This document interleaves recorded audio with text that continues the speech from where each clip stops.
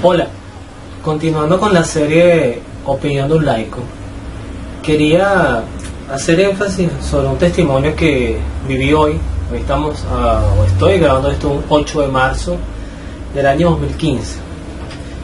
Y por respeto obviamente a la confianza de las personas, yo no voy a hablar no voy a decir nombres, pero sí quiero desarrollar un poco una idea en algo que yo siento una gran preocupación.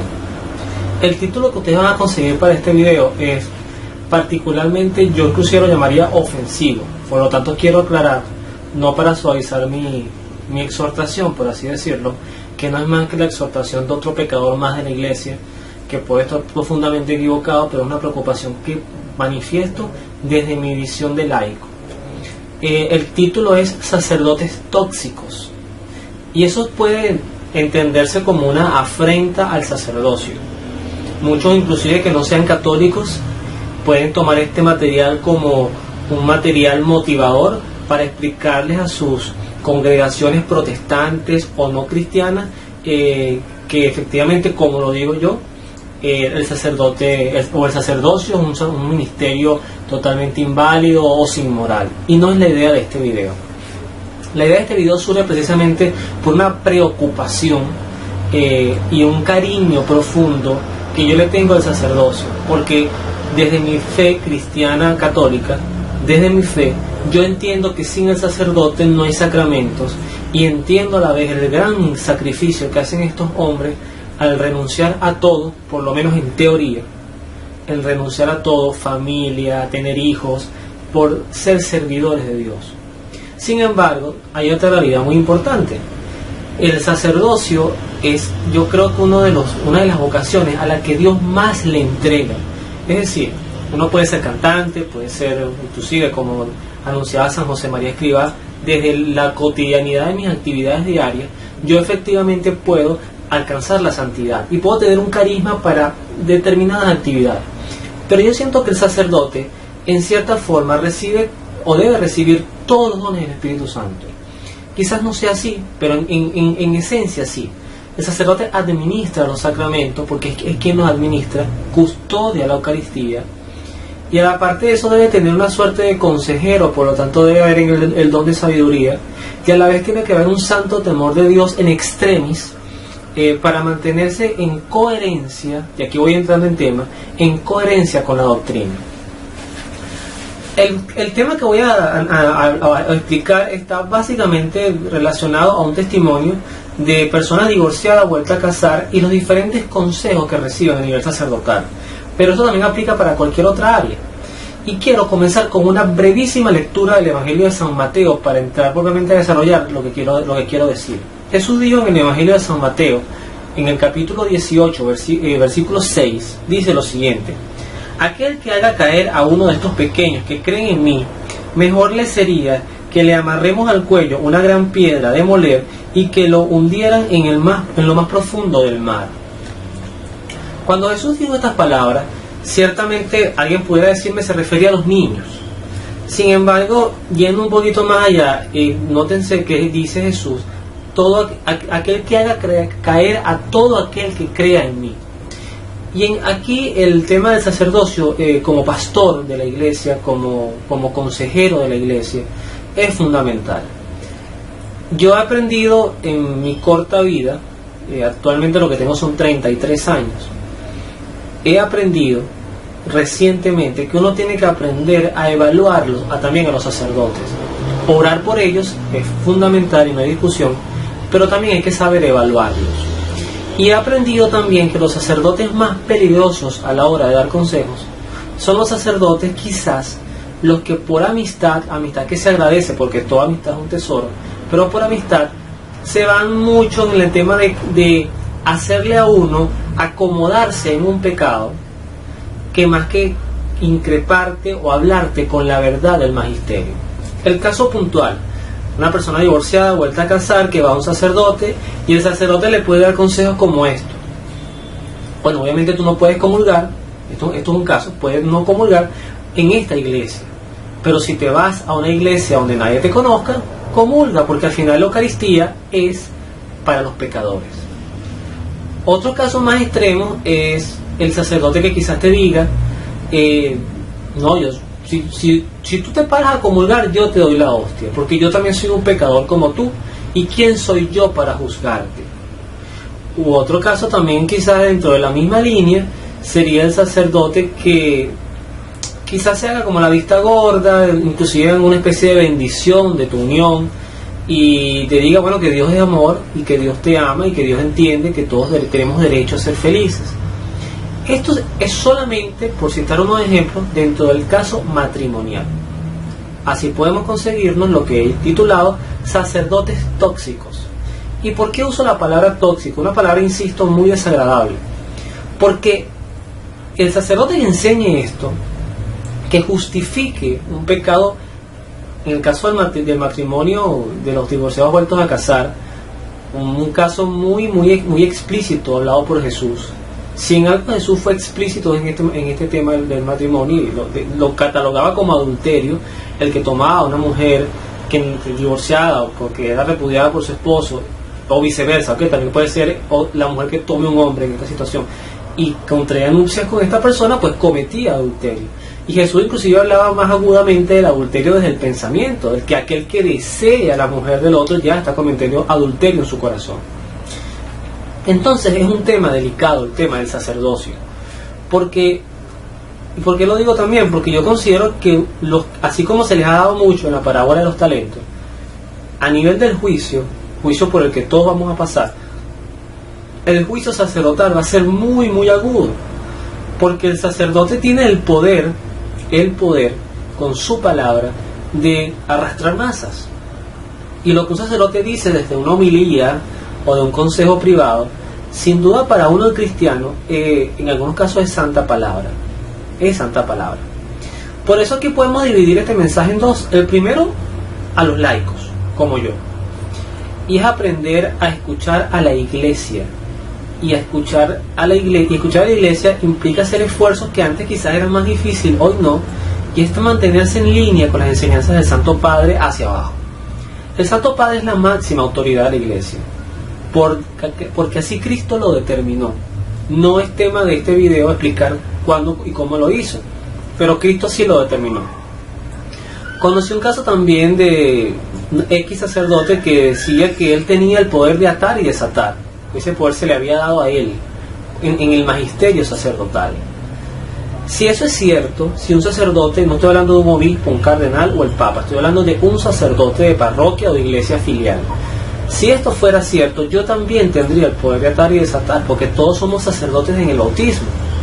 Sin embargo, si nosotros somos coherentes y reconocemos la autoridad, esa autoridad Dios se la dio, en este caso Jesús, que es Dios, se la dio explícitamente a Pedro. Le dijo, tú Pedro tendrás las llaves del reino de los cielos. Lo que ates en la tierra quedará atado en el cielo, y lo que desates en la tierra quedará desatado en el cielo. Y por eso el poder de atar y desatar no es del sacerdocio, es del Papa. Y el poder de atar y desatar es de la iglesia en sí, que es dirigida por el Papa. Y que por supuesto el Papa puede delegar muchas de estas funciones a obispos o a cardenales, o por ejemplo lo que ocurre en los tribunales eclesiásticos. Muchas de las sentencias de los tribunales eclesiásticos de nulidad no llegan al Papa, sino que si hay dos tribunales y los dos concuerdan en una decisión, el tribunal la iglesia desata esa unión, es decir, no la divorcia, sino que la anula de origen, y por ende es una decisión para todos, en este caso los interesados. Eso es un poder dado por el Papa o por la autoridad papal. Entonces hay que tener cuidado como laicos de saber discernir, y la conciencia en esto nos habla muy claro. Si yo me pongo a buscar, en mi caso, yo también tengo mi historia personal, y les hablo lo que les puedo adelantar de mi historia personal es que les hablo desde el pecado. O sea, conozco, he vivido el pecado, o sea, lo vivo. Y si yo me pusiera a buscar sacerdotes que me dijeran lo que yo quiero escuchar, los voy a conseguir muchísimo. Voy a conseguirme sacerdotes que quizás me digan, oye Luis, pero que tú eres una persona que te dedica a la evangelización, así que comulga, o bueno, no te confieses tanto, si al final confiésate directamente con Dios, o me llamas por teléfono, tú me llamas y yo te confieso por teléfono, o por internet, o por Skype. Si yo busco sacerdotes así, los voy a conseguir. Pero al final, y una de las cosas que yo más le pido a Dios, aparte de orar por estos sacerdotes tóxicos, me refiero a estos sacerdotes tóxicos, es porque yo tengo que aprender a conseguir sacerdotes, sobre todo cuando se trata de temas morales, de pecados morales. Yo trato de buscar sacerdotes que no sean amigos míos. Trato de buscar sacerdotes inclusive que no me tengan mucho aprecio, que sean objetivos en su manera de pensar. Y a veces los consigo en internet. Yo puedo conseguir sacerdotes muy buenos que tienen muy buen ejercicio de prédica sobre este tema. Y como yo le dije recientemente, o le he dicho a personas que me han abordado este tema, yo le digo que nosotros no podemos buscar para el pecado placebos. Un placebo es esa pastilla que no hace nada, pero que se la damos a la persona para que piensa que le está haciendo algo y puede ser que rinde efecto. Y los placebos espirituales vienen de palabras, en muchos casos palabras sacerdotales. Y eso es engañar la conciencia, pero a Dios no se le puede engañar. Nosotros no podemos fingir que no estamos en una condición de pecado o sentirnos a gusto en una condición de pecado. Al contrario, el pecado tiene que dolernos, y dolernos siempre hasta que lo superemos. Demores una hora, demore un día, una semana, o demore 10 años o 20 años, o toda una vida. Lo importante es que el pecado tiene que dolernos. Nosotros tenemos que sentir vergüenza, pena y dolor por nuestros pecados. Y eso no hace la iglesia mala, no hace la iglesia terrorista del espíritu, mucho menos. Eso hace que la iglesia custodie la verdad. Y aquí entra entonces al otro punto, que es el tema del sacerdote. Ya hablé de la opinión del laico, la opinión del sacerdote. La principal función de un sacerdote, a mi modo humilde de entender, es custodiar la Eucaristía. O sea, el sacerdote es como ese guardián con espada que debe custodiar la Eucaristía, protegerla. Y no me refiero a que usted va a andar con una lupa haciendo una radiografía corporal o espiritual a todo el que vaya a comulgar. Pero sí me refiero a que primero desde la palabra, desde la evangelización, desde la homilía, desde la sabiduría, desde el consejo, usted tiene que custodiar que el pecado no llegue a la Eucaristía, el pecado mortal me refiero. El segundo elemento es que los pecados que son inducidos, promovidos o tapados o consentidos del sacerdocio, aunque a muchos no les guste esta palabra, pero son duramente castigados por Dios. Porque un sacerdote que arrastra masas al pecado y hace que a través de esta adaptación de la conducta las personas comulguen ligeramente. Hay que recordar las palabras de San Pablo sobre ese punto. San Pablo decía: el que coma a Cristo indignamente come su propia condenación. En eso yo no veo relativismo. O sea, es sí, la hostia es para los pecadores, por supuesto. Si buscáramos santos para comulgar, nadie comulgaría. Pero el tema no es que la hostia no puedan acercarse a personas pecadoras, sino que la persona limpia el pecado en el sacramento de la reconciliación y posteriormente comulga y está en estado de gracia. Y hay pecados que son imposibles estar en estado de gracia hasta que no sean totalmente solucionados. Caso, el tema de los homosexuales que practican la homosexualidad, el tema de los divorciados vueltos a casar, que tienen relaciones sexuales en sus relaciones de pareja, o pensamientos impuros, como usted lo quiera decir. El tema, por ejemplo, del que se dedique como profesión a robar o asesinar, un sicario, no son personas que pueden comulgar. Entonces el sacerdote no se puede hacer cómplice por temor a que se le vaya a ir la feligresía, por temor a quedarse solo, como que si la iglesia fuera un club social, donde, bueno, mientras más gente tenga, mejor. No, la iglesia es un rebaño para pecadores, sí lo es. La iglesia es un auxilio, pero un auxilio de verdad. Y la persona tiene que tener un encuentro de conversión, y ese encuentro de conversión entra desde el sacerdocio. Amigos sacerdotes, yo los admiro, me parece que es la profesión más dura. No sé si llamarlo profesión o vocación, pero es la decisión, vamos a llamarlo así, es la decisión más dura y para ver más hermosa, que da más riquezas, porque es verdad lo que dice también la palabra, que el que renuncia a padre, madre, esposa, hijo, Dios le dará el 100 por uno. Y quienes han vivido el sacerdocio desde esa realidad saben que lo que digo es cierto. Yo conozco sacerdotes extraordinarios que viven literalmente de la providencia, que son personas que no tienen riqueza, sino que viven y su comunidad los mantiene porque los quieren. Eso no los hace consentidores, eso los hace buenos pastores. Finalmente, con un ejemplo que coloca Fray Nelson, a quien le mando un caluroso saludo, probablemente no vea esto, pero le mando un caluroso saludo, pues lo admiro mucho su manera de predicar. Le pone el ejemplo de la parábola del hijo pródigo. El hijo pródigo es el padre, el hijo decide irse del padre, y el padre se queda en la casa. El padre no se mueve con el hijo, el padre se queda a la espera. El padre no va a pecar con el hijo, no va a acompañar al hijo en sus malas decisiones, sino que se espera vigilante, anhelante de que su hijo regrese. Cuando el hijo está aquí en el pecado, el hijo no llama al papá por el celular y le dice: papá, vente para acá, adáptate a mi realidad. No, es como decirle a Dios, eso lo dice Fray, eso no son palabras mías, es como decirle a Dios: ven y conviértete a mi realidad. Tú estás equivocado, Dios, ven a mí. No, el cristiano que vive en pecado, y esto lo tiene que enseñar todo sacerdote, el cristiano que vive en pecado tiene que acercarse al Padre, y ese acercamiento puede ser duro, puede ser una confrontación con tu propia realidad, puedes inclusive ser sincero y decirle a Dios: Señor, tú no has sido lo primero en mi vida.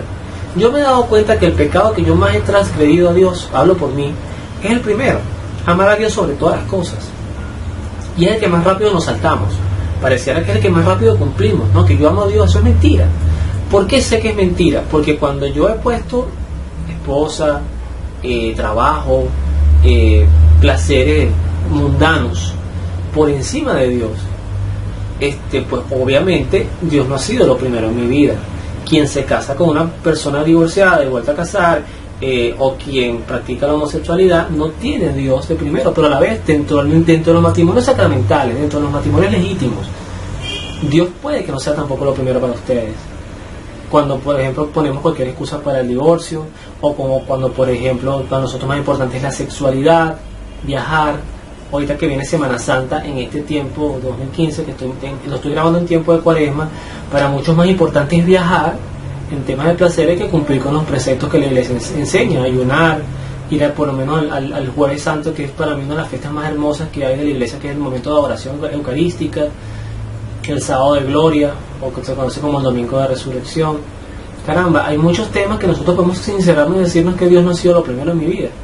Y esto se ocurre en el sacerdocio. Si en el sacerdote lo primero no es Dios, sino su comunidad; si en el sacerdote lo primero no es Dios, sino su aceptación al grupo; si en el sacerdote lo primero no es la verdad que enseña el magisterio de la Iglesia, sino que la gente le caigas bien, que puedas mostrarle al obispo de tu comunidad: miren, la iglesia está llena, mire las obras que hemos hecho, mire cuántos viacrucis hicimos, mire cómo pintamos el templo, que son cosas importantes. Pero sin eso no hay una espiritualidad y una compenetración hacia la fe, no estamos haciendo nada. Por eso yo abogo de corazón, porque considero que el sacerdocio, y que se entienda bien esto, el sacerdocio es vital. Pueden extinguirse los médicos, los educadores, pueden extinguirse, y estoy haciendo una exageración, no estoy llamando que se extingan, pero puede extinguirse todo eso, pero el sacerdocio debe prevalecer hasta el final, porque gracias al sacerdocio nosotros tenemos la Eucaristía, los sacramentos, el perdón de Dios, la enseñanza, la transmisión del Evangelio, el consejero, el amigo, el guía espiritual. Entonces, no, por favor, no tomen esto como una afrenta al sacerdocio, insisto, sino a tener cuidado con esos sacerdotes tóxicos que dicen lo que nosotros queremos escuchar, que se adaptan al pecado de las personas, que te dicen: tranquilo, Dios es amor, Dios no te va a castigar; tranquilo, Dios es amor y Dios te entiende, cosa que es verdad. Dios nos ama, Dios nos entiende, pero eso no quiere decir que Dios, el Padre, sale de su casa para pecar con nosotros. No. Si queremos buscar a Dios, tenemos que buscarlo para reconciliarnos con Él, para decirle a Dios: Señor, quiero estar contigo, o decirle como el centurión: Señor, no soy digno de que entres en mi casa, di solamente una palabra. Y en ese caso dijo el centurión: y mi siervo sanará. Nosotros decimos hoy: di una palabra y bastará para sanarme. Entonces mantengámonos fieles al magisterio de la Iglesia, que es lo que más necesita. Sé un buen sacerdote y Dios te lo va a premiar con la santidad, pero alta.